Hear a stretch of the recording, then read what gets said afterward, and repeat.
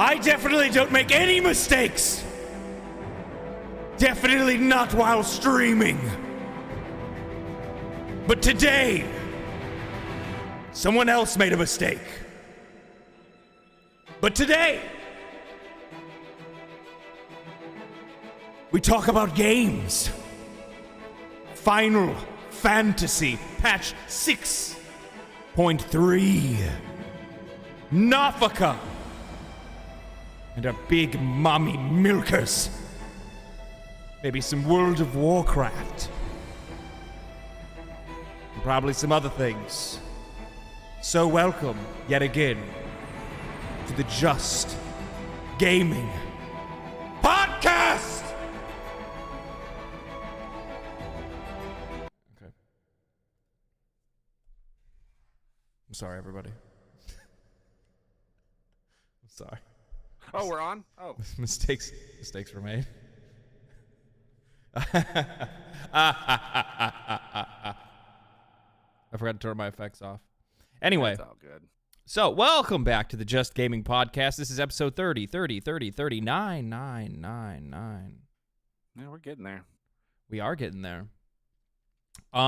We Seems had... like it should be higher than that. It really honestly feels like it's been like 8 million episodes. So... Well, I don't... What episode is going to be our yearly anniversary for the podcast? I wonder. April 15th. Is it? I don't know. I'd have to go back and look, but it's April. Oh, wow, that's useful. Yeah, you're welcome. You can go check. So, what's up? Dude? Man, not much. We've been putting out a lot of content. You got a big video coming out tomorrow. No, it's coming out Tuesday. You got a big video coming out Tuesday. Mark's great with dates, guys. It seems like all of my days are just running together. Also, audio check in the chat real quick. I want to make sure the levels are good because I kind of had to mess with stuff on the fly there. But continuing on. Yeah, I have a World of Warcraft versus Final Fantasy video that's going to be coming out on Tuesday in the morning, in the AM. So do please keep your eyes out for that. It's going to be a doozy.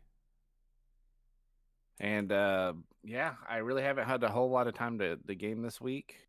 But what I have got to play, I enjoyed. I started playing Half-Life 2 again for no reason at all, other than it's just a callback to playing a really, really, really good trend-setting game. So, guys, this is yet another week of Mark refusing to play games with me. Mm-hmm. Let it be known, we are fighting. Mm-hmm. Mommy and Daddy are having issues. Terrible. Yeah, I mean, you streamed some Final Fantasy on Friday. Yeah, so let's talk about that real quick. I'm not gonna. Well, I would definitely want to talk a lot about the Final Fantasy patch, but one of the things that I want to bring up because I have a problem with bringing stuff up at the end of podcasts rather than the beginning of podcasts. So today, instead, what I'm going to do is I'm going to say, hey, by the way, I'm going to start regularly streaming on Twitch over at legendary_drops. I will make sure that a channel link is somewhere on this channel. It should be on this video, actually. I'll make sure that it's in the links below the video once it gets posted. And I'm going to be streaming every Friday for sure. And then maybe another day a week when I throw it in there. I don't know what exact day I'm going to figure it out yet. Usually it's going to be me and Mark in chat. If it's a co-op game, then we'll both be playing it at the same time. We'll figure something out from Mark. Maybe we'll get him a Twitch account or something like that so people that want to watch him can watch him and people that want to watch me can watch me. But yeah, it was fun. It was fun. I'd like to get more of the podcast people that come by and watch the show to come and check it out. But I feel like it's something that's just going to kind of grow over time. Just a different way to interact. Well, I mean, it's the way that you can get to play games and do what we're doing. You know what I mean? So it's a lot of fun. Yeah, well, that's my whole thing, right? Most of the time, if I sit down on my computer and I want to play something, if nobody's online for me to talk to, then I I there's just no don't. reason to. I just don't know what to do. I'm like, okay, well, I guess I'm just gonna watch YouTube videos or something instead. Even though like it'll be like a single player game, and I'm like looking for somebody to talk to like while I'm playing it. April 3rd is our anniversary date. April of 3rd? our first video. April 3rd. Yeah, I know. It's only been 9 months. Yeah, What YouTube says. So it's cool. not bad. Not bad. Yeah, not too bad. Not too bad. So, you've been playing Half-Life. I played some Half-Life. I did play some more DMZ. I did some more of that. I'm actually going to officially uninstall Call of Duty from my system forever. Talk about a flop. So Talk about a flop. I think you remember back we had a podcast about COD Next. Remember? Yeah. And one of the things that I brought up immediately was, wow, Call of Duty is making a lot of assumptions on what players want. Mm-hmm. It's not like they were like listening to the feedback from the fans. It's not like they're listening to or really anything, to be honest. Like it was pretty obvious that the fans really liked how the game played, how the game felt, and the map design in Verdansk in Warzone 1. And they threw all of that out the window. I mean, say what you will, the actual just like standard multiplayer for Modern Warfare 2 is fine. I think it's great. I don't have any issue with it. I had a lot of fun playing it. But what they translated into Warzone was a travesty. I mean, you took, good Lord, talk about just like sinking the golden ship on that one, man. Like you just chopped the head off of the goose with the golden egg. They were running the game so far as battle royales, at least next to like Fortnite. But they just. Yeah. And the thing is the topic that you're bringing up is only one of the problems. The problem with this game is there's so many problems. It's not just that. I mean, the reason that I'm uninstalling it is because I was playing it. I didn't have any problems. You know, they did another update, and it hard crashed, like scared the crap out of me twice on my PC. And I'm like, I'm good. I don't need that in my life. Well, I mean, you remember like all the times that I was complaining when the game first came out of like how many times I was running into like bugs and crashes and like weird graphical glitches and stuff like that. It was just. And then on top of that, like this was a couple, I guess, right when it released. Me and Drake wanted to test the controller aim assist versus keyboard and mouse, and so the way it's set up is on PC, and I played DMZ with a bunch of Xbox guys, and of course they're all like, all the cheaters are on PC, blah blah blah. Hey, don't get me wrong. Yes, there are cheaters that buy hacks on PC. There are, but a lot of PC players don't play Call of Duty. They just don't. I'm not saying all PC players. I'm just saying the majority of them don't play Call of Duty. They play Counter-Strike. The problem is so for in the game, which is kind of weird. So in the game, as a PC gamer, you generally want to have like 120 field of view, right? Because you want to be able to see everything kind of out around you. Well, aim assist stops working on a controller at 105. Okay. Mm-hmm.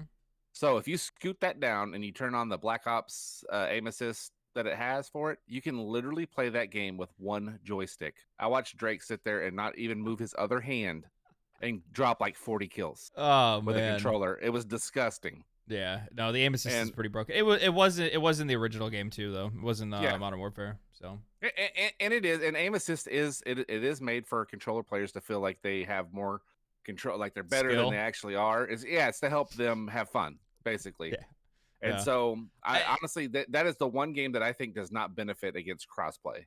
Competitively, I don't think games should be crossplay. Cooperatively, I think games should be crossplay, but I just don't see any reason to make like competitive environments crossplay. Just not unless you can specifically enter into crossplay lobbies as a choice, rather than being like 100% put against them. Mm-hmm. Like as a PC player, I would much rather play against other PC players. You know what I mean? Yeah. Because at least playing against other PC players in first-person shooters, at least, I know that it's not a gamble. So from distance, it's who has the highest skill. From close up, it's a gamble, right? Because then it's like whoever has the fastest reaction time. Whereas with playing against a controller player, like I have all the control from range, but they have like they have like God mode close up. You know what I mean? Like there's not a whole lot you can do. Their aim is sticky to you at close range.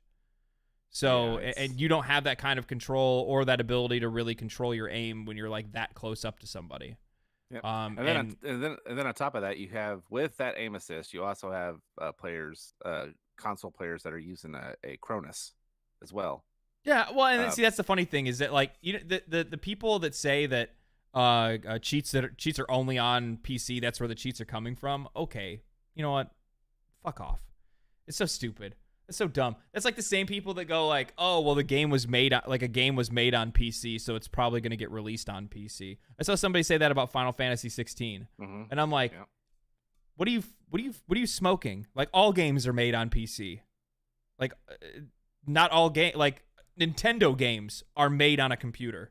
Are Nintendo games on PC? They put in a little cartridge on. They put a little cartridge in the Switch, and they start coding to that cartridge. Each one individually. You don't understand. Nintendo games are made by the imagination of unicorns and sparkles and rainbows, and then they pop out a video game. That's how Nintendo games are born. Just look at the new Pokemon. Yeah, no shit. That is a unicorn fart.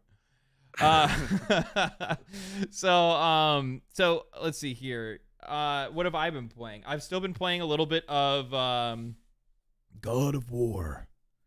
God of War Ragnarok. Boy. It's good. Like narratively, I still really like it. I know Riskit was kind of dunking on it a little bit, but so far, I mean, it feels like a great game. Whether or not that's going to change, later on, I want to probably say I'm 15 hours in, something like that. So I'm probably halfway through. So I'm going to ask the people here if they know you at all. They know that you have a problem finishing games. So what's the over under that Ian finishes this game? I have to finish it. It was purchased for me. Okay. I don't. If somebody buys me a gift, Mark, I enjoy that gift. Okay. Now, if I buy a game for myself, that might not necessarily mean that I finish the game. But yeah, I'm gonna finish God of War. They don't. That's the one key that they always drop out. They don't bring up all the stuff that console players can do with their controllers that are completely undetectable. At least like the PC with PC hacks, they're taking a chance of getting their IP banned or their account strike, but they can't see the stuff that you run your controller through. So yeah. So yeah, he is, Jack. He is choosing the words real carefully. Like so anyway, outside of that, obviously I've been playing a little bit of Final Fantasy and still playing a lot of World of Warcraft. This week I kind of took a little break on World of Warcraft. I did go do some of the raids. Almost killed Razagath. Almost killed Razagath this week. It's just like a real chill. Well, it's just a real chill group that I'm getting into. It's just like a Wednesday raid group where they all just kind of get together and just like see how far we get. And we've done pretty well. We've cleared, and this is playing on normal, so it's not like it's like that difficult. But yeah, cleared most of the raids so far. Still trying to clear Razagath. I think next week they actually want to go in and start later into the get a skip later into the raid, and then they want to go try and do like heroic later on. So it's one of those things like if I feel like it, I hop in and I do it. My monk is already in like almost near Biss. Like it has all the best in slot items, not just like maximum item level, right? So I'm still playing that, enjoying that. Leveling a couple characters here on the side, which has been a lot of fun. I know we plan on leveling a couple characters together, which is a good time too. And then obviously I took my trip back to Final Fantasy, and man. I'm already starting to get this like itch to go back and level characters in Final Fantasy again, especially like after this last patch that they've had with the main story quest, and you have like one of these Reaper this Reaper character. I'm not like gonna like slap massive spoilers this podcast or anything like that, but you have this Reaper character that joins you, And man, just the flashy animations and how good it looks. I'm like, I really, really want to play me some Reaper. Okay. Fonz is in the audience. He says you're if you're 15 hours in, you're past the worst parts. So that's what he says. Are you talking about Ironwood or after Ironwood? I don't know. We'll go back to that. Anyway, so there goes my train of thought, Mark. Final Fantasy. Nope, I don't remember New it. characters. Podcast is over. All right. Signing out. No, so like I don't really want to ruin the story or anything like that. It's just it really interests me where they're gonna go with this game, with what they've done with it so far. Because usually this is right about the time that Final Fantasy XIV starts hinting at you, going like, "Hey, by the way, this is where we're headed in the next patch, or this is where we're headed in the next expansion." But in this one, like, you're not really getting a whole lot of that.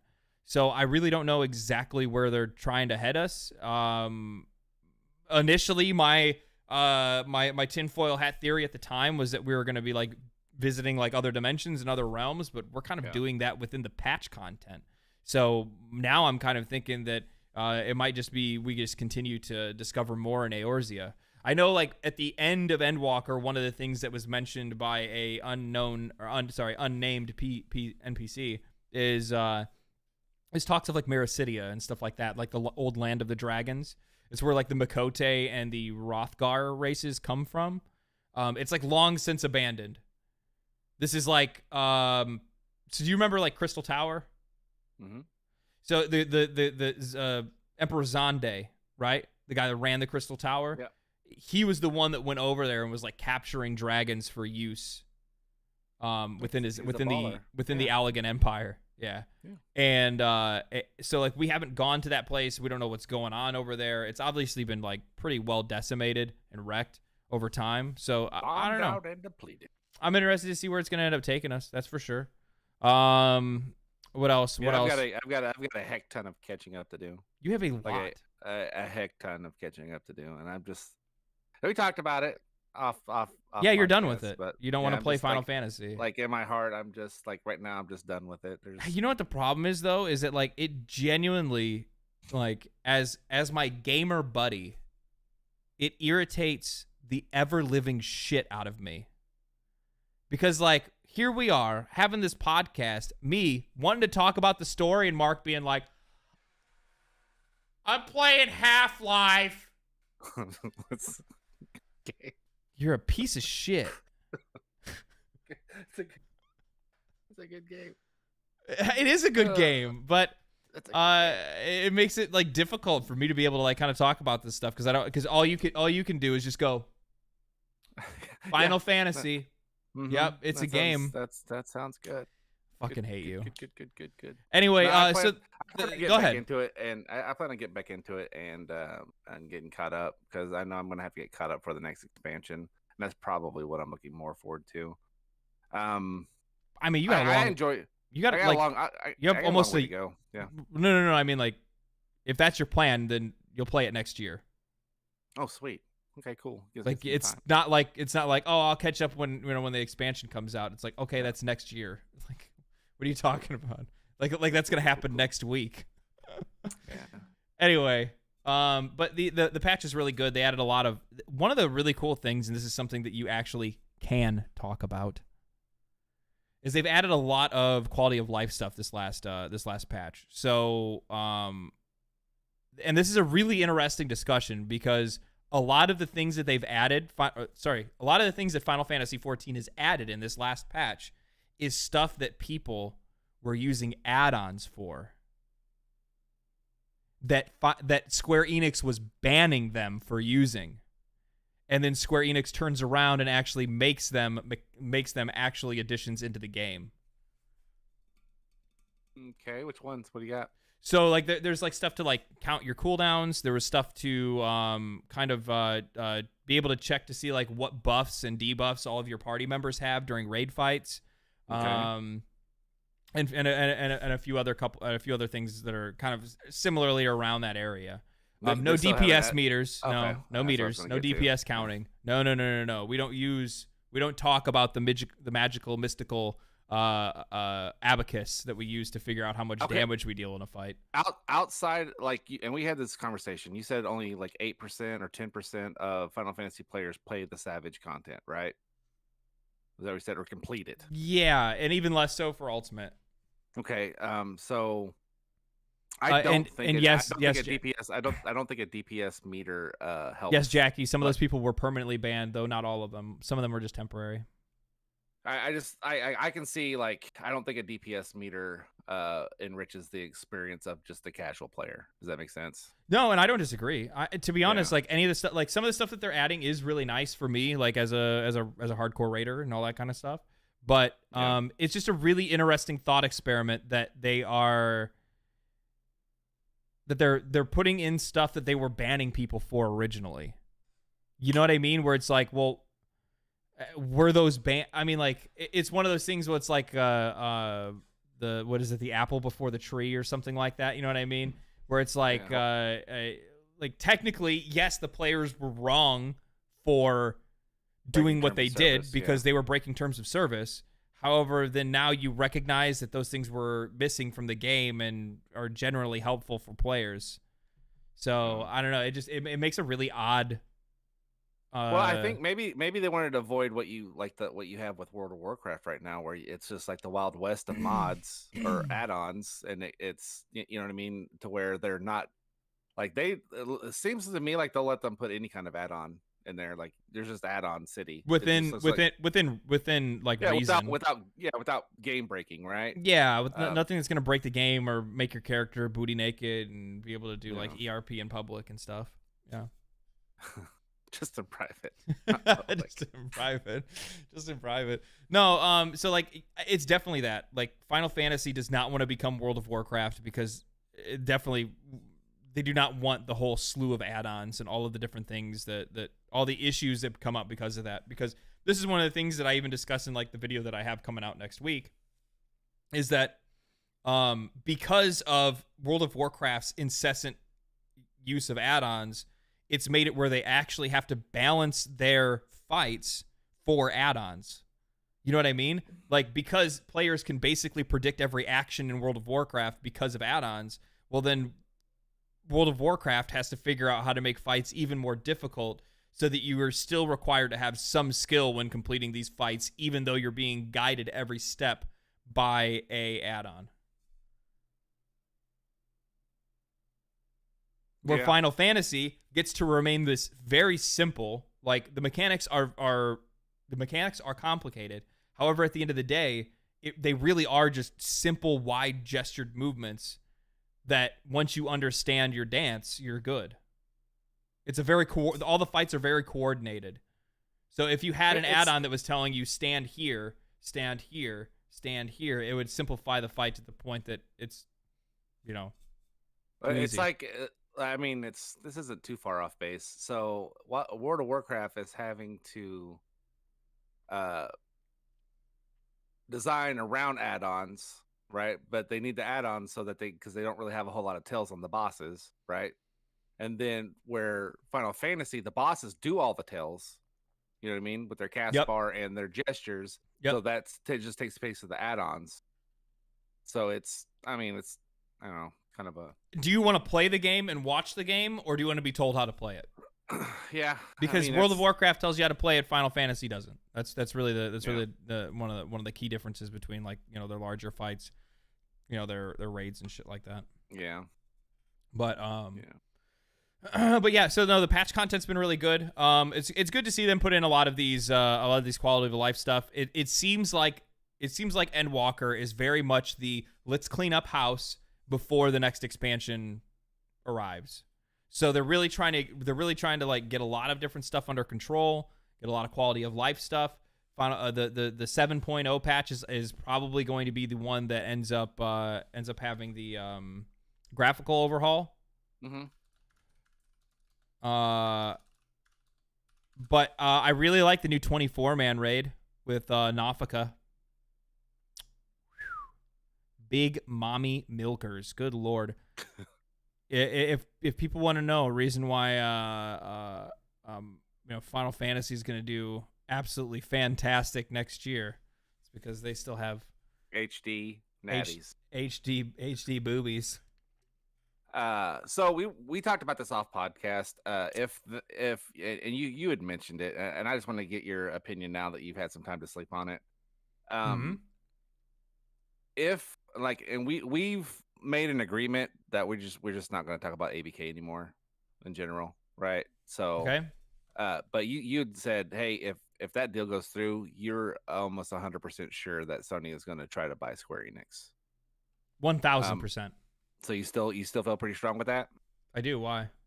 I was just curious. I was just yeah. Well, because it's one of the things that makes the most sense, right? Because just as an example, okay, we'll play with this. If Microsoft lands the deal, does World of Warcraft become a part of Game Pass? I think so. Yes. Does World of Warcraft? PC. Yep. Does World of Warcraft go to PC? PC. It'll go to PC Game Pass. Does it go to Xbox? It's possible. I think if they, I'd imagine it's a possibility. I'd imagine it's probably well within the realm that Xbox would then place funding into bringing World of Warcraft to Xbox. Well, they've already got it. They've already got a controller mod on PC, so they can. It's not like it would. Be that so if Xbox owns the largest, currently I think they're still the largest MMO. Okay, if Xbox owns the current largest MMO, why would you want to own the second largest? Well, they kind of do already anyway, other than where it's at on PC. You know what I mean? For console wise, you know what I mean? Yep. So exactly. So Final Fantasy XIV is already on PlayStation, right? It's always been on PlayStation. It's always been PlayStation's MMO. Final Fantasy is a name that is often connected to PlayStation. Always has been. You know, when you think of games like Final Fantasy VII, Final Fantasy VIII, 9, 10. Basically all the Final Fantasies other than 15 and 11. 11 was on Xbox 360. Yeah. And I don't know which one's the one with lightning. 13. 13 was also on all consoles as well. Yeah, you're right. So 11, 13, and 15 were on all platforms. What? I'm trying not to have RBF. I just noticed I have RBF. Is this now you natural? just look, does this look natural? Now you just look creepy. Oh, okay. Weirdo. What is wrong with you today? So yeah, no, I mean, it just makes sense. And here's the thing. Square Enix is arguably at its like best purchasing value at the moment because like right now, at least until Final Fantasy 16 comes out, which then it's probably going to increase their value decently because it's going to be a successful title. The only roadblock that I see in that is that Tencent has share in Square Enix as much as Sony does. Actually, they have more than Sony does. I don't think that's going to be too big of a problem. You don't think so? Okay. No, they'll just buy them out. Or they just take majority ownership, right? You know what I mean? Or whatever they might do. Who knows? All I know is the guy that runs Square Enix is a fucking money grubbing piece of shit. Did you know he started his year off, the new year off, with a letter to the Square Enix fans, and in it, he made specific to make mention of how hard he's going to be pushing NFTs this year. Hey, he's just being transparent, right? He's being transparent. He's like, hey guys, I just want to let you know, I still think NFTs are the actual future, and this is definitely the path that we're going on. It's like, holy shit, you're retarded. This guy, like. You realize, like, and it's so funny because it's like, and now he's saying this, like, after NFTs have, like, gone into the toilet. I don't think it's going to go away with them. I don't think NFTs are going to go away in general. I think they're going to try to have another push. It's going to have to die twice. I think it's going to have to die twice. You know what I mean? Before people are like, okay, it didn't work. We got a little kickback, but we can try again and see what happens. So. Speaking of transparency, did you see that Xbox announced that they are having a developer direct, and then they went ahead to be transparent, let you know everything that they're going to show in this showcase. Okay. Yeah. What they did was they tempered expectations because now most people don't want to watch it. So why would you? You told me the list, and the only one that sounded interesting was Redfall, and then that was it. And then I was like, man, you guys really are hoping that Starfield's a good game. Like, they're definitely they're really counting on that one. But I think it's Forza Motorsport, which it's not a bad game, but it's a racing game. I know what it's going to be. Like, I don't have to see it before it comes out. Is like, it going to have what it's going to be? Cars. Yep, it's going to be cars, and they're going to go vroom vroom, and they're going to take a lot of left and right turns. It's going to be real awesome. What are the cars going to drive on? Asphalt. Okay. Oh, but then the asphalt can get wet and stuff, so changes. Then it's shiny and it's slippery. And Minecraft Legends is another game that they are going to talk about, which, I mean, I'm not knocking it if you like. I don't have anything to say about Legends, that. You know, one of the things I went back and looked at, because I was like, you and I were talking about like trying to play another ARPG, and I was like looking at other ARPGs, and one of the ones that it was like suggesting was Minecraft Dungeons. Yeah. Which is literally just like Minecraft but Diablo. And come to find out, apparently it's actually a pretty solid game. It's very simple. It's super simple. It's not like a Diablo or anything like that, but yeah. I played a little bit of it, and then they're going to talk about Elder Scrolls Online, which a lot of people play Elder Scrolls Online. To be honest, I feel like that's a game that at one point in time, one of us should probably go back and give a whirl again. 1, 2, 3, not it. Why are you like this? But like I said, no, they are going to show a lot about Redfall, which is kind of interesting. It's so weird. So when I first saw Redfall, and I think you're in the same camp as this, super interested in what it is. And as the more and more comes out about it, I'm starting to lose interest in it as much, to where the fact that I don't want to hear anything else about it. I just want to play it and experience to see what it is. You know what I mean? Yeah. Like, I don't want, like, I'll just low expectations. Let's play that. And then, so where this is where Microsoft usually fails is marketing, right? And so they said that Starfield is going to get its own showcase later down the road. So, I mean, just beating that drum of 2023 is the year of Xbox. It's the year of Starfield. It's the year of Starfield. Dude, I am on the same boat, okay? I want Starfield to be an incredible game. I really do. Yeah. Really, really want it to be a good game. But holy shit, all your eggs are in one basket. It's a good basket, but it really is one basket. Like, there are a couple other titles that could be potentially, successful, and I'm sure there might be like a sleeper hit or something like that. But, and I think E3 is going to help on that too. I think they're going to do a little bit more announcement of other games that they have coming out. Probably maybe see some actual gameplay from a game like Avowed or Perfect Dark or stuff like that. But yeah, do we even know what Avowed is? No, except for it's like sign language spells. Hey, that's about it. That's all we ever saw. Yeah. Yeah, it's throwing up gang signs and killing skeletons. Hell yeah. So, like, with the Starfield getting its own showcase, like that game, I think he's gonna do it like they did Fallout 4. Remember when he came out for E3, Fallout 4 said, it's out in November, blah blah blah. Or just gave a hard date on stage. Yeah, I think that's what they're gonna do with Starfield. I personally don't care when it comes out, as long as it comes out sometimes this year and it's a good game. That's all I care about. I mean, I really don't care like what the date is. And that's the beautiful thing about Game Pass, which a lot of people have a misconception of what Game Pass is in general, and they're always thinking like, well, they can't put the game out this month because it's going to go up against this game. Game Pass is a service. Microsoft has put all of their eggs in the basket of games as a service. They don't care about individual game sales because they already have that sell with that subscription. They already have, and this is coming from Microsoft. Someone tried to correct me yesterday and saying that they had 32 million subscribers. That came from Jim Ryan, and I don't know how the heck Jim Ryan would know how many subscriptions Game Pass have. Microsoft has said they have 25 million subs. It's like $4.5 billion a year. Yeah. Something like that. Those games are already paid for. Do you understand what I'm saying? So yeah, the service, they need to give you fodder for the service. They need to put in games and put them in at a rate that is acceptable to where it keeps you in the service. That's their Yeah. plan. That's their model. They don't care if Zelda comes out in May.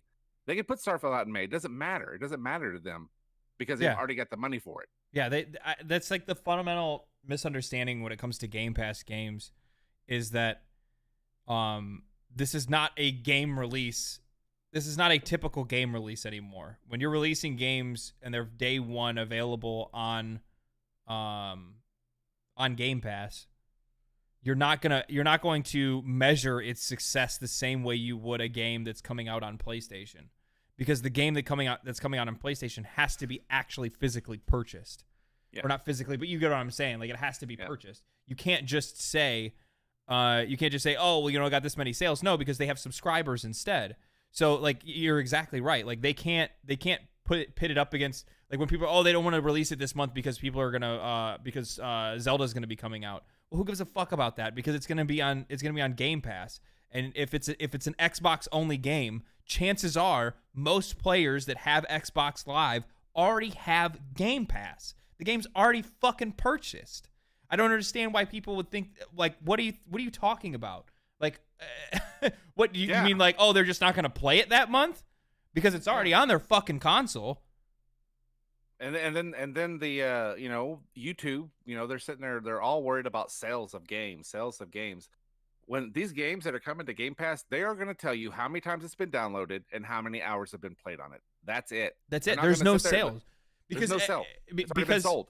Yeah, and you know what the thing is that oh man, I was talking on Randall Thor's podcast, and I brought up how I wouldn't count out Final Fantasy XVI as a game of the year, or as a great game, or whatever it was, like part of their discussion they were having when he was talking about Starfield, because he's like, oh, well, Starfield would crush. He thinks Starfield is going to come out in June because he thinks, oh, well, Final Fantasy XVI and Diablo aren't competition. And I'm like, no, actually, you're right. They're not, because Final Fantasy XVI and Diablo are going to sell, whereas Starfield won't. So you can release it any month you want and it won't matter. You know what I mean? Like, you're not going to measure Starfield's success the same way that you would a Diablo or a Final Fantasy 16, because those games actually have to be physically fucking purchased. Yes. And the only way you can measure their sales is with Steam, or with people that actually purchase the game because they don't want to have Game Pass for some reason, which doesn't even make any sense. Yeah, and if you think I'm sorry, if you have Xbox Live and you don't have Game Pass, you are an idiot. You're dumb. I mean, if you think you're wasting about a lot of money. You can't the first party games aren't for pre-order on console. You know what I mean? Yeah. They're not for pre-order on Steam right now either. I mean, Starfield's supposed to come out in the first half of the year, is what they said was Starfield first half of the year. So that's between now and June. I'll give them to June, right? I'm thinking best case scenario, I'm thinking like May, but I think it's going to come out like June, late June, probably be my guess. But it's a service, and they have to provide services, just like Netflix saying, well, I can't put this show out and this show out at the same time. No, you can, because your consumer that's already giving you a subscription can watch both of those shows. They don't have to just pick one. You know what I mean? So they're worried about, well, it's going to cannibalize Redfall. How's it cannibalizing? It's already paid for. Yeah, and it's not going anywhere either. It's not like Microsoft's going to be like, hey guys, Redfall's coming off of Game Pass. No, it's already there. They can release them the same fucking day and it wouldn't matter.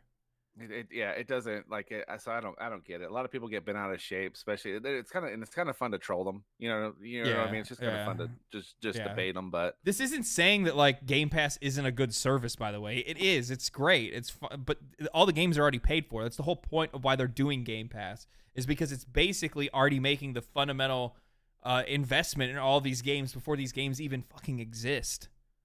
Yeah, you know what I mean? Just think about one year of Game Pass at right now at $25, even though they may have more, almost pays off completely the purchase of Bethesda. Probably, yeah. Which they bought for $7. Was it 14? So since they bought them, they're almost already paid off. It's a good deal. It's a pretty good deal. It's a good deal. Pretty good deal.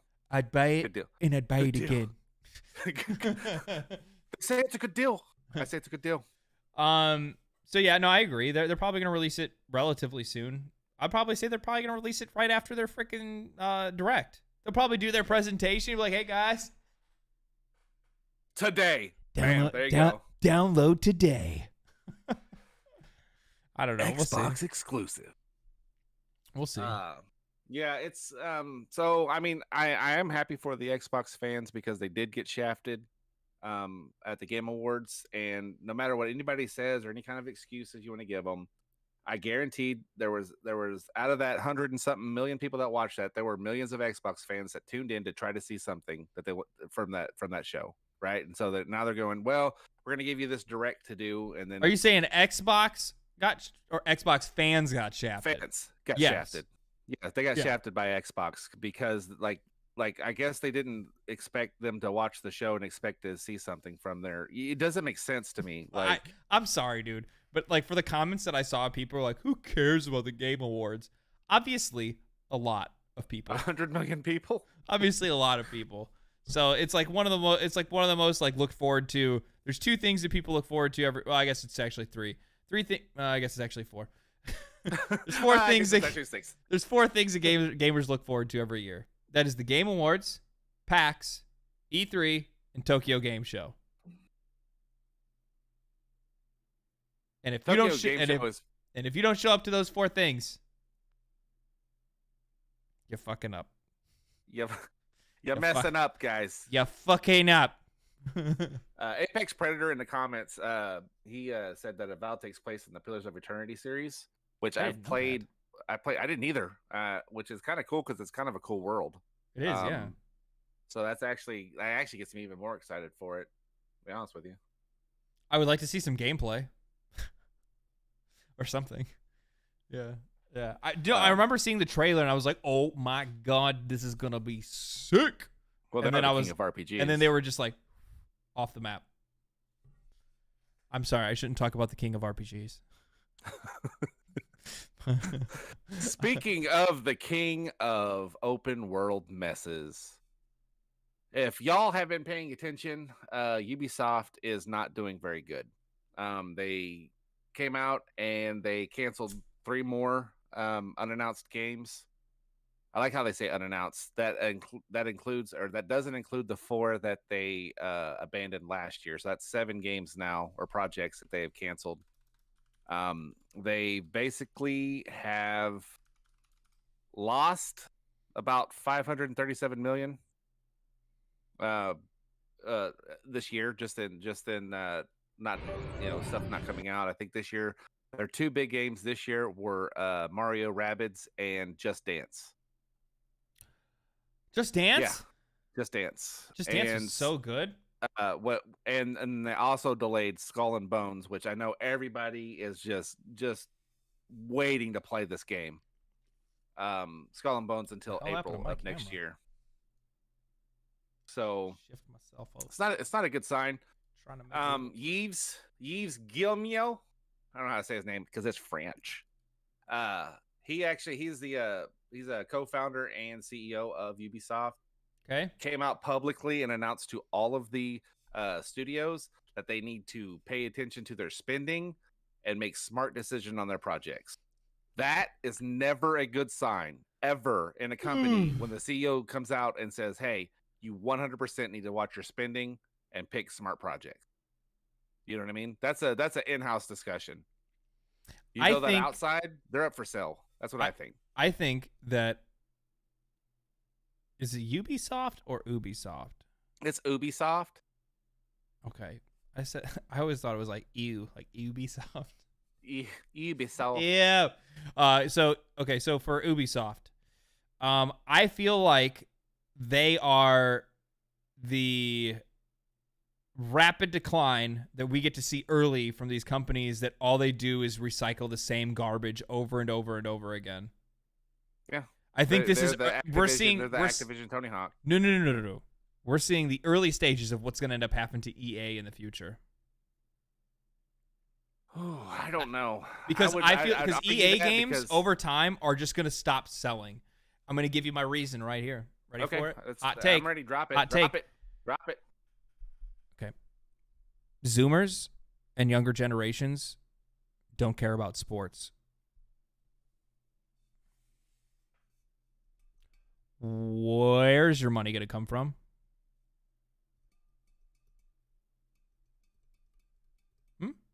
FIFA. I said they don't give a fuck. Well, I'd say American Zoomers. Okay, Soccer is huge around the world. Yep. So FIFA. So I can see Madden going. Except for we're talking about the largest consumer country in the world. Yes, it's true. Our GDP is almost like 90% consuming. So with that said, like if you're like, don't get me wrong, like they have a couple of other titles, right? Like your Fallen Order, right? That's EA. Yeah. So like they have a couple of other titles that they have that come out that do pretty well, that have, you know, some pretty solid or good licenses that are out there. But for them, but not to cut you off, but for them, they also EA stated that they don't think single player games are going to be a thing, and they didn't want to make single player games until Respawn made this one, and they said, you know what, single player games are pretty good. They're never going away.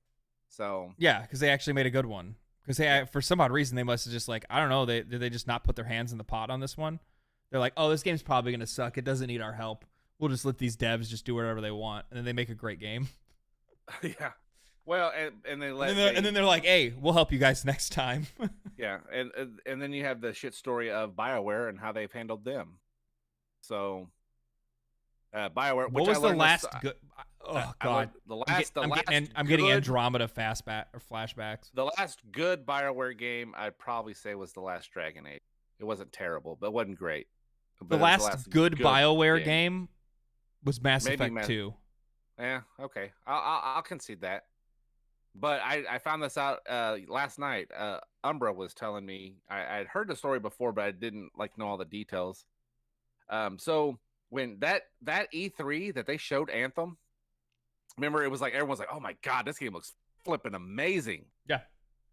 The developers for that game were at that show and they had never seen that game before. That was made by somebody.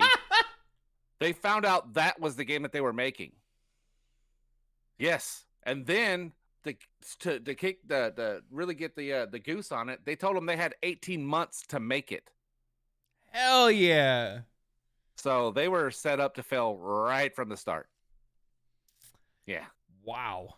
Yeah, it's pretty awesome. EA is the definition of incompetence, that is for sure. They like, ugh, man. Video game companies would be great if they didn't have corporate management. You know what I mean? Yeah. I think the best way you can say that, or the best way you can like visibly see that in games today, is you just look at like some of the indie games that have popped off over the last couple of years. Yeah, that is true. You take out the corporate management, and all of a sudden you get a great game. Like, mind you, yes, they don't have the same amount of money, so they can't create the most graphically fidelity, the highest fidelity, super crazy high frame rate and insane performance and all that good stuff. Yeah, they can't do that. But you know what they can do? Make something that's not polluted by a bunch of greed and moronic ideas. Yeah, which oddly enough, this next Assassin's Creed that is coming out is actually going to be significantly smaller than the last three. Mm-hmm. Since Origins, they bloated out. Like, Origins was big, but it was finishable. Does that make sense? Yeah. Odyssey was, holy crap, that is a huge game. Same with Valhalla. I mean, they're just big games. Lots to do. Lots of little Ubisoft formula icons on your screen to go do stuff. Yeah. So they're going to cut those games down to make it to where it's a more less of, I guess, games as a service. Does that make sense? Because those games, the Odyssey and Valhalla, literally, I think they were bloated that much just to sell DLC. To be honest, of course they were. Yeah. And I have a deep love for the Assassin's Creed franchise as a whole. I played Odyssey, was the last one that I played. I didn't get Valhalla. Odyssey kind of broke me because of the task of playing that game. You know what I mean? It was just so daunting. I beat the main story, and then you find out that's not the end of the story. I'm just like, you know what? I've already got 100 hours in. I'm good. I feel like I'm done. Yeah, right? I think I've assassinated the Creed. Yeah, I've assassinated the Creed. Yeah. But for me, honestly, Assassin's Creed I finally watched the Assassin's Creed movie. Oh, I'm so sorry. I am so sorry you watched that. Oh, that is such a bad movie. Don't forget about the creed. It's all about the creed. The plot doesn't even make sense. Oh, it was bad. It was so bad. So bad. Your mother was an assassin. Your daddy was an assassin. And god damn it, boy, you're gonna be an assassin. Your Uncle Larry? Guess what? Assassin. Assassin. Your Aunt Moira? Assassin. I think Assassin's Creed franchise as a franchise died for me after 3 when they killed Desmond, because they had built this up that like you were becoming an assassin in the real world, right? And yeah, then they just like, well, story's over for me. They just never like paid off on that. Because what you thought was like we had already saw what we believed was going to be the Assassin's Creed like the lineage, right? Where we're going to like go and be our ancestors, find out where the apple is, right? And be like, oh fuck, okay, here's where it is. But I love my fucking assassin's bloodline, and now I'm gonna be an assassin, but I'm gonna be an assassin in the real world. And then you roll up, that didn't happen. You thought you were gonna get this like techno, like almost like cyberpunk-esque, futuristic assassin game, down the road, but we never got that payoff. Dope. No, we just got edged. Assassin's Edged. That should be the name of the next game. Assassin's Edge. Assassin's Edge. And then they've had so many missteps with Ubisoft. So they canceled 7 games. You've got Beyond Good and Evil 2, which looks to be like the most ambitious game ever made. It's never going to come out. It is. It's the longest game in history for development time. Remember when I told you this before? Like that game is been so far into development and is like had so few eyes on it that I would guarantee that like 80% of gamers have no idea what Beyond Good and Evil even is. Yeah, I would agree with that. And then they have no idea what it is. A title like Skull and Bones that was announced in 2017, coming off the hype train of Black Flag, which was where they kind of introduced the pirate shipping, right? And then so in 2017, you're like, cool, that looks good. It's just the pirate shipping. Well, that's a really good idea in 2017. But then you put out Origins, which had pirate ships in it. You put out Odyssey, which had pirating ships in it. You put out Valhalla, which has pirating ships in it. It's now 2023, and I think people might be tired of pirate shipping. You know what I mean? They've done it. They've been there, done that. This game should have came out in 2018 and been done with it.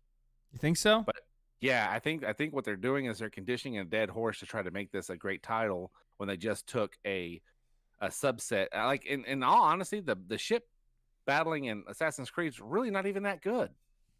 But they wanted to separate that and to make it its own thing, and I thought the whole reason that they were doing this, that they were going with the whole Skull and Bones thing, was to write off of that other pirate game, the one on Xbox. Sea of Thieves. Yeah. Because Sea of Thieves had like a decent amount of popularity. You know what I mean? Yeah, it still does. It's actually stayed pretty steady with their updates and stuff. So I don't know. Yeah, I'm just saying the ship has sailed on this one. I need to put in like one of those like joke drum beat things into my music thing or my soundboard. So yeah. Do you have anything else news-wise that was apparent that we wanted to like chat about? I mean, like, so do you want to talk about the Steam changes? I mean, it's kind of for the dates. No, not really. Like, I mean, it's nice because it's going to hold like developers to an actual date rather than stringing people along. Yeah. But I don't know. I'm not really like. Did you play Fight Night? Yeah, I did. I have. Did you play round 2? I got all of the achievements in it. Yeah, I did too. Did you know that Undisputed, the Fight Night, I guess the studio that did Fight Night, they started making a new one. It actually goes early access on Steam the 31st. And it looks amazing. Really? Yeah, that's it looks cool. really good. Yeah, it looks really good. I'm really excited about Fight Night that. was sick, dude. What are you talking about? Yeah, Fight Night's so good. Yeah, so good. Yeah, that'd be an interesting one to do. So we need to like figure out what we're gonna do. Like, what games are we actually gonna play together? Yeah, because like we've been going back and forth about this for a while, trying to decide what we're gonna play. We keep hopping around. We don't sit on anything and just play it. You've been going off playing your own games, like God of War Ragnarok. I play that when you're not online. Oh, okay, got it. Cool. Okay. Cool. Okay. What do you mean? Oh, what? Don't even playing. act like that. I'm just kidding. Wow. So like on what? Nothing. That's okay. I come to play. Well, we've got stuff. I need to preface this, okay? For months, Mark goes, so I guess we're gonna have to play World of Warcraft. So I guess we're gonna have to try Dragonflight when it comes out. So my son's really saying that I need to play World of Warcraft, and I'm like, okay, fine, Mark. I break down, and I talked. I can't tell you guys how many times I was like, no, and then finally I was like, okay, fine, I'll play it with you. I download it, I play it. Mark quits in less than a week.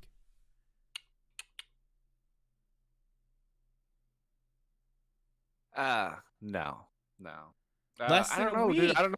I just been like in a I don't know, in a weird like gaming funk of what I want to play. You know what I mean? Like it's. I understand. It's because you just want Diablo 4. I want a new. Yes, I want a new experience. That's what I want. But that's not a new experience. That's Diablo. No, I didn't. You said Diablo 4. I did. I know what you want. Saying, like what I'm wanting is like a new experience. I do want Diablo 4. I do want, but like I don't know. I'm just in like a weird place right now. Getting real dark. You are getting dark. It's getting real dark. You're worrying me. No, but I want us to be able to play something on stream that people are going to be able to have fun and interact with and watch us play. Like, so like I saw one. I think it's going to be right up our alley, and it's actually on Game Pass. It's called Stranded Deep. It's a survival game with so it mixes Raft, right, with more island stuff to do. If that makes sense. You still can go out and ship around. It actually looks kind of cool. And it's an indie, obviously, Stranded Deep, but I think that's one that I think we should try out. I think it's going to be pretty good. Okay. Yeah, I could see that. I was talking about stuff that's like within our Steam library that we would actually want to like play again. But oh yeah. I kind of went off on that tangent of playing Red Dead 2. Like I got stuck in it. Red Dead Redemption 2. Yeah, I know.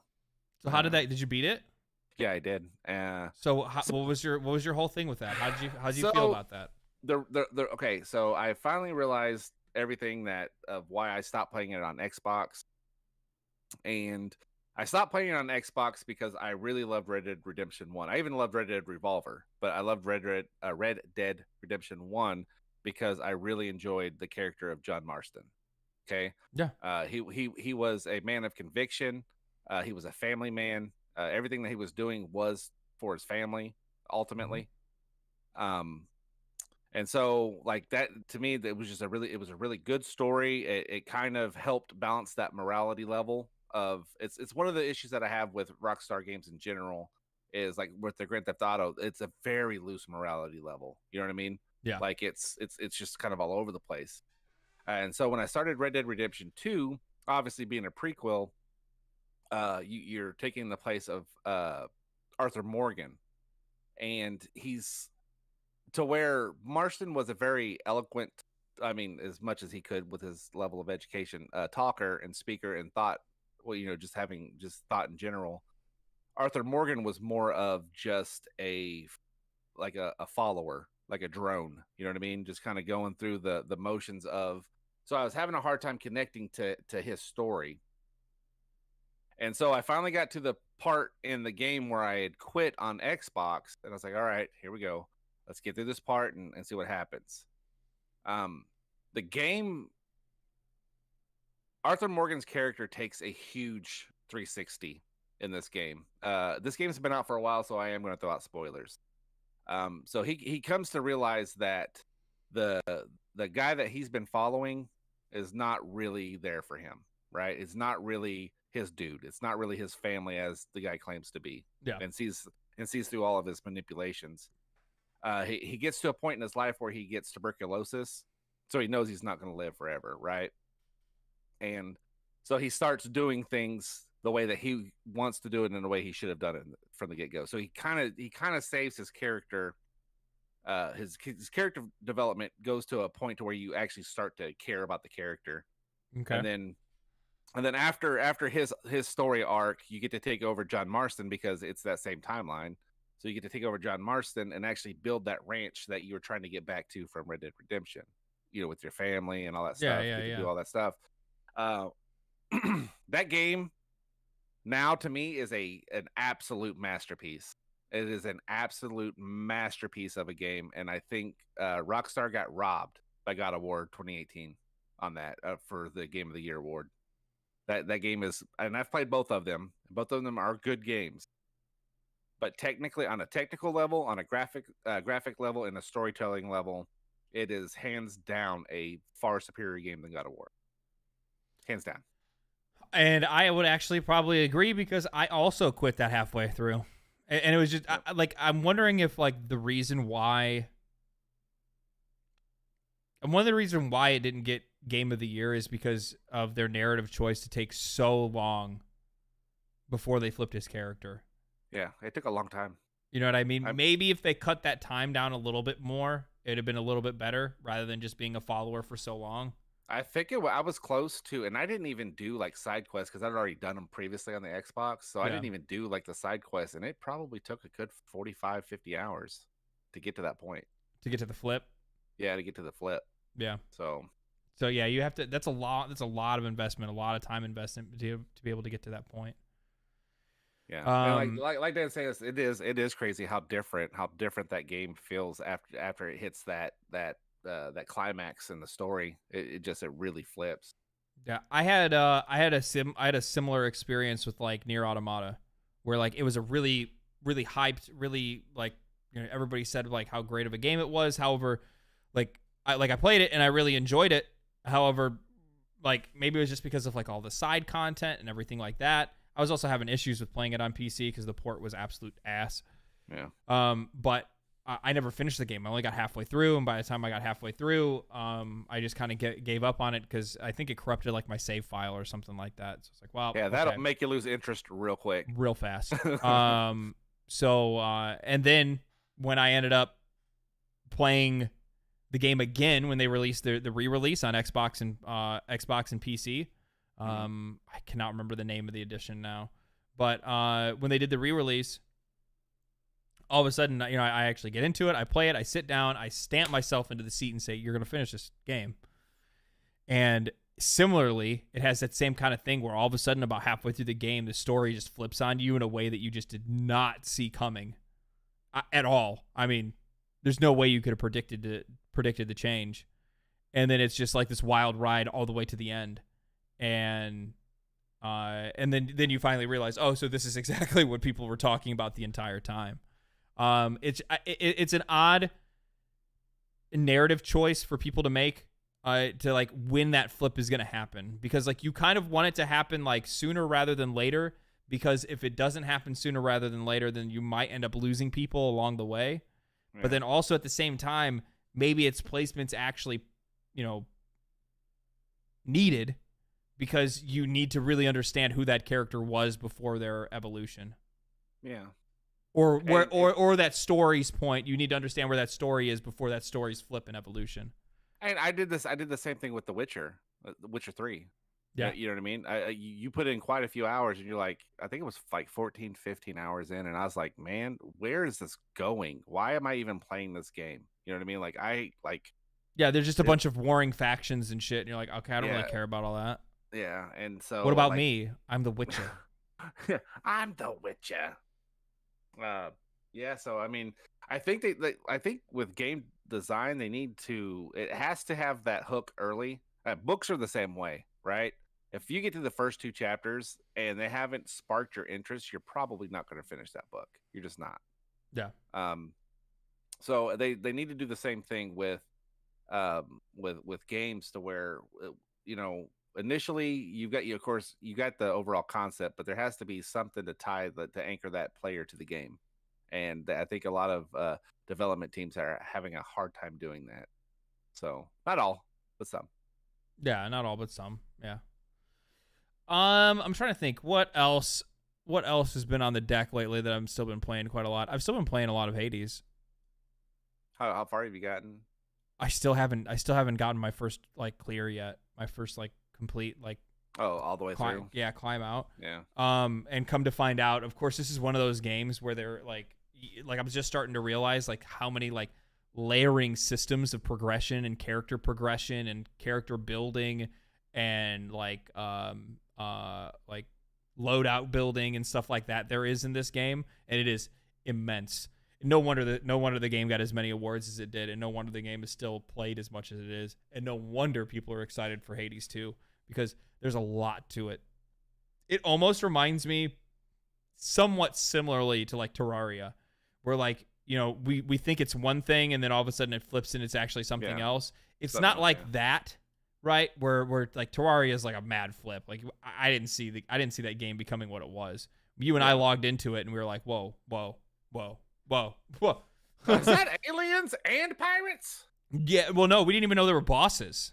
Yeah, that's true. You know what I mean? Like, we didn't even know there was bosses. All of a sudden, there's a flying eyeball fucking attacking us. And we're like, what is this? And then we died. And we're like, okay, is that just like a random event? And then we're like, oh, no, that's a boss that we need to kill. He's still at our house. And he's still killing people. Yeah, so. and then we finally killed him. And we're like, oh, okay. And then, what was it after that? Then we found like the nasty zone or whatever, and then all of a sudden we got attacked by another boss, and we're like, oh shit. So like most of Terraria we just like discovered along the way, and we're like, holy shit, what even is this game? And it only evolved over time. Where like it's kind of that similar thing where like you don't understand how deep the game goes until finally you do, and you're like, holy shit, like there's a lot of layers to this. Yeah.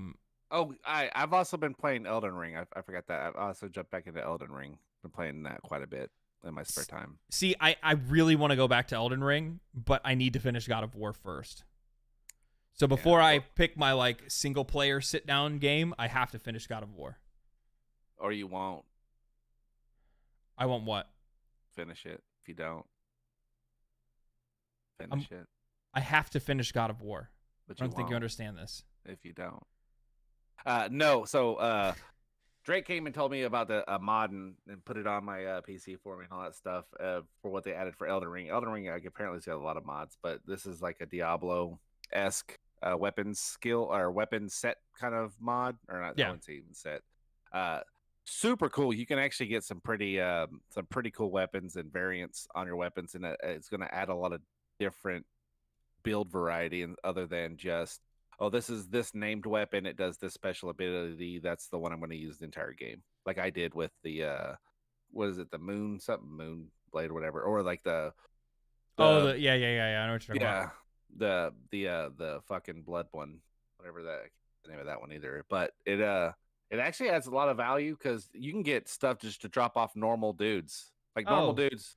Palace of the Dead, I'm going to take a wild guess and say that's what their abbreviation is. Palace of the Dead FFXIV says, after watching Zepla, MTQ Capture, Arthas, Savix, Jesus, Zakai, Hisatsu, Asmongold, Pint, Kogan, Final Fantasy YouTube videos, YouTube recommends me your stream. Really? I'm glad we're last. Because we're definitely not first. Yeah, that's for sure. Well, welcome to the stream. So that's actually kind of awesome, to be honest with you. Yeah, well, there you go. So you need to play Final Fantasy XIV. So we'll just play what you want to play. Got it. Okay. I'll get caught up so we can play what you want to play. Got it. Well, it's so that we have things to talk about. Gotcha, I can't talk to you about this stuff if you're not playing it. Our game night's on Fridays, guys, and he played Final Fantasy. I did. Our game night's on Fridays, and I played Final Fantasy, and you didn't join me. You could have played. You could have got in and started from the MSQ point that you needed to and just played through it, and I would have done the dungeons and the trials with you. No, actually, I take that back. You did come and play patch 6.1. Yeah, I did. The last one, yeah. So you're actually not that far behind. You're only one patch behind. No, the only reason I'm not really playing it is because remember it was on my other hard drive, so I have to just re-download it. Then I have to get on Square Enix and then change my password because every time you reinstall it, you have to like do some sort of verification and all kind of stuff. Well, So that's your problem for not knowing how to use a computer. yeah, you know what? You're right. I typed, it broke, and I was like, it's my fault. I typed words and it broke stuff. Yep. So Yep, that's exactly right. Thank you very much. Yeah, that's very true. How are you let's play supposed to know? games. How are you Final supposed to Fantasy. know the glory? How are you supposed to know the glory. true glory of Nafika? Imagine you tell me. And didn't you also well you also chose Ul'dah as your main city when you started anyway. No, So you're I not did even, not. You're not even a No, I twin. did- You're not even a twin No, adder. I did not. No, I did not. I'm at that stupid pirate city. Remember Obviously how much I hate not pirates? cultured. I hate pirates. I'm at Limsa. That's where I chose. That's my Oh, home did city. you really? Yeah, I was Limsa. And remember, you didn't hear when we started playing. I was so bitching that they're all pirates because I fucking hate pirates. Like, or we're gonna go. Shut up. Just talk normal. Like you're an elf. Calm down. All right. So I actually was so I will say when I meet like a pirate Lalafell, it does like I'm like why are you like this? Why are you like this? No, I think that I do think that you need to go back and you need to play it. A lot of the dungeons and stuff are really cool. Like you want to play that stuff while that stuff is still like, I mean, obviously Final Fantasy does the best job of like making sure that older content stays relevant. So it's not like you're not going to have anybody to play Yeah. that stuff with. But I just feel personally that a lot of that older content is the most fun when it is the current content. And Yeah. there's a lot of the dungeons that they've added are really cool. A lot of the trials are really cool. The 24-man raid is just a really cool story, and and some of the fights are just amazing. The music is probably the best for the 24-mans, at least. The music's probably the best that I've ever heard in a 24-man. That fiddle music that they play for Nafika's fight, holy smokes. Dude, did you get to hear it? Yeah, I did. It's so good. It's so good. I was blown away. I also really like the current trials song as well. There's like one part where they kind of like drop the beat on it, and it's just like, oh, okay. Yeah, I think I might actually start a Reaper. doing after this now. Watching you play that deal. Well, It's see, kinda that's the fun. thing. Well, you need to play with Jackie and I because we're going to be leveling other characters. Yeah. Yeah, well, I got to finish, like, I guess I don't. You're not leveling up. I don't have to use my red mage.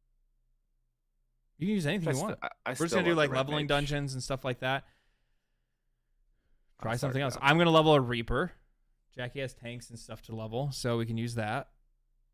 Yeah. And then you can do whatever you want, honestly. There's all kinds of stuff you can play. And honestly, I do want to fit. I was really enjoying playing my hunter on WoW. I really was.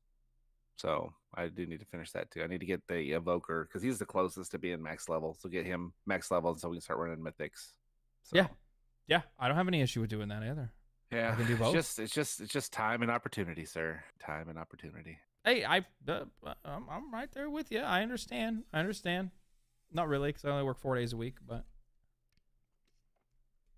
So you know, and I also don't have like kids or a wife. yeah. I have a cat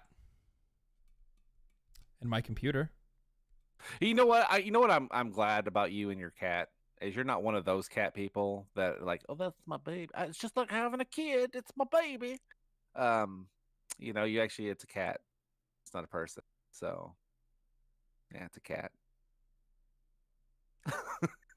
That's the baby. Your cat's just gonna launch at your face like Yeah, no, I'm not a crazy cat person. I don't like walk around with my cat in with a baby bonnet on and in a stroller and walk down the street. I do have a neighbor that does that. That has like their cat in like a stroller, and I'm like, why? It's almost like I walk outside and people are like doing like Final Fantasy XIV like RP in my fucking driveway. I'm like, what is going on here? What are you doing? I've seen someone walking a cat on a leash, and I was like, how did you manage that? Like, so if you start them young, they do take to it because cats do like to be outside, oh, they love to be outside. right? Like I mean, it's obviously their natural habitat. Yeah, well, cats are like a fraction away from being feral. Like a fraction away from being feral. Yes, believe me, I have the scratches to prove it. Yes, I know. It's like sometimes just randomly, like my cat will just be looking at me and he'll be like, meow, meow, meow, and I'm like, dude, stop! And his eyes get bigger, and then all of a sudden you see his pupils just like dilate to the size of the moon, and you're like, oh no no no no no no no. Goes straight into murder mode. Yeah, dude, and he just all of a sudden would just like lunge at me and like bite my arm or something like that, and I'm like, why? For what? He's just like, I thought you were food. You just look like a big, tall tree of food. Yeah, I'll get caught up on both of those. That way we can get there. We'll play World of Warcraft together. I think I'm really having a hankering for an ARPG. I really am. There's nothing to play. Yeah, I know Diablo 2 did not scratch the itch as much as I thought it would. I thought it would, and it's just too old school of a thing for me. Sorry. Yep, it's just not scratching that itch. And Last Epic is taking its sweet butt time to get their co-op out. You know what I mean? Their co-op's going to launch the same month that Diablo 4 is coming out. I will never play that game again. Oh, I know. I'm just saying I will never play that game again. No, if anything, if I were them, I'd push that game back another year. Here's the thing. They had their opportunity. They had that 10 years or whatever it's been between the games to get your game out, and you're gonna miss that window. It's like I don't think that Diablo is the end all be all ARPG, but it is the ARPG that everyone tries to be. So, I think they're kind of the king of the genre, so to speak. And I don't get me wrong, I think a lot of other ARPGs implement their own stuff, and that works for those. You know what I mean, to try to build on it. Yeah. But when it comes down to it, it'll always feel like you're drinking a Pepsi instead of a Coke. So. Yep. I agree. Plus, on top of that, the thing is that like, I mean, not throwing too much shade over Last Epic, but I mean, like art style wise, like they're gonna have nothing on Diablo 4. No, it's not. I mean, they're not trying to compete with Diablo 4 though. Like they're just trying to do their own thing. I feel like it's very similar to what's like the Wild West version that we played. You know what I'm talking about? Evil Grim Dawn. Grim Dawn, yeah. Grim Dawn. We're like, yeah, like they're just trying to do their own thing. They weren't trying to be the next Diablo. They're just doing their own thing. And they had some really cool stuff. Honestly, I still really like the idea of having a class that, like, as you go into two trees, it becomes a completely different class. It doesn't label itself as that until those two specs cross into each other, and then you're like, oh, now I'm a pyromaniac or whatever the hell you want to call yourself. Yeah. I always thought that was a really cool talent system that they had in that game. So yeah, and then just like I feel like there's a huge decline in shooters. To be honest with you, I don't even know if it's like a decline or if it's just like lack of interest. To be honest, like I just don't. Like I thought we were gonna like Tiny Tina's like more than we did. You know what I mean? Like it was great. I enjoyed our first playthrough. It's just not a game I'm gonna farm. Their end game loop kind of sucked. Yeah. You know what I mean? And we beat the brakes off of Division, so I don't see us ever going back to that one either. So until they make a Division 2, 3, 4, not 3. Yeah, 4, 5, 7. Yep. But yeah, I'll get caught up, and then so you can get your Final Fantasy fix, buddy.